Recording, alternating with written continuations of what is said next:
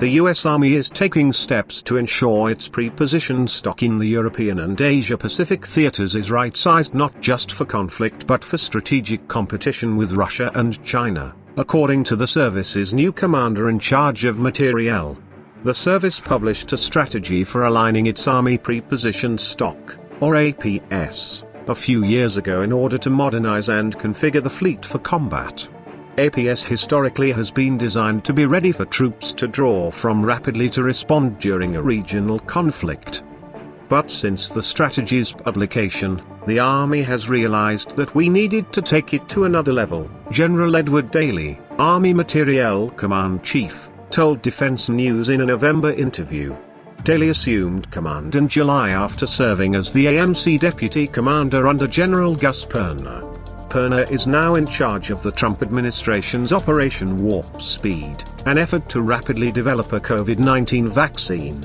We needed to re-look at the purpose of Army pre-positioned stocks because, in the past, Army pre-positioned stocks were essential and key to great power conflict, he said.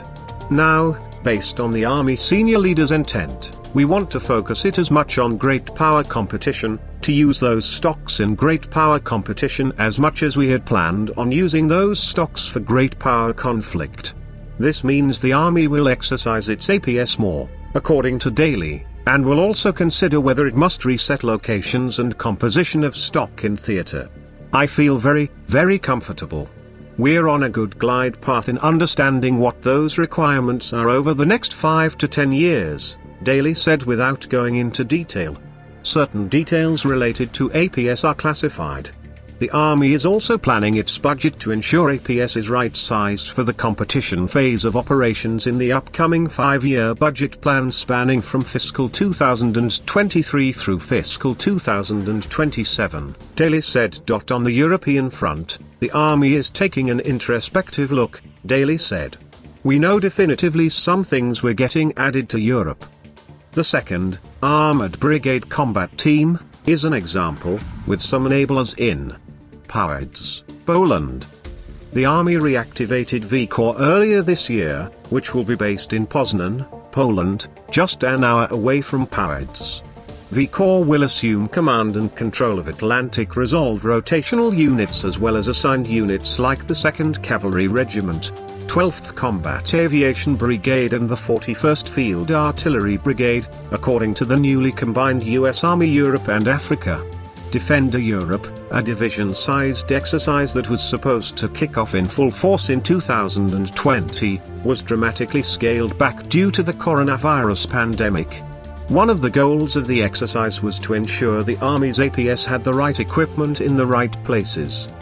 But the European stock might require more tweaking as the Army measures it against what is needed to operate in a competition phase, according to Daly. The Pacific stock will have a different flavor. The Army is working through a strategy that requires a great deal of relationship building with a bigger variety of countries in order to configure APS in the theater. We have, at AMC, as part of the Army guidance, focused on building and equipping new unit capabilities. The Security Force Assistance Brigades, the multi-domain task force capabilities, and you layer in modernization efforts like long-range precision fires, etc. Now, inevitably, what you will get is a composition that potentially looks a little bit different than what it is today when it comes to APS in the Pacific, Daly said. As the strategy fleshes out in the theater, Daly said it's likely APS won't just be concentrated on the Korean Peninsula and Japan as it has been in the past.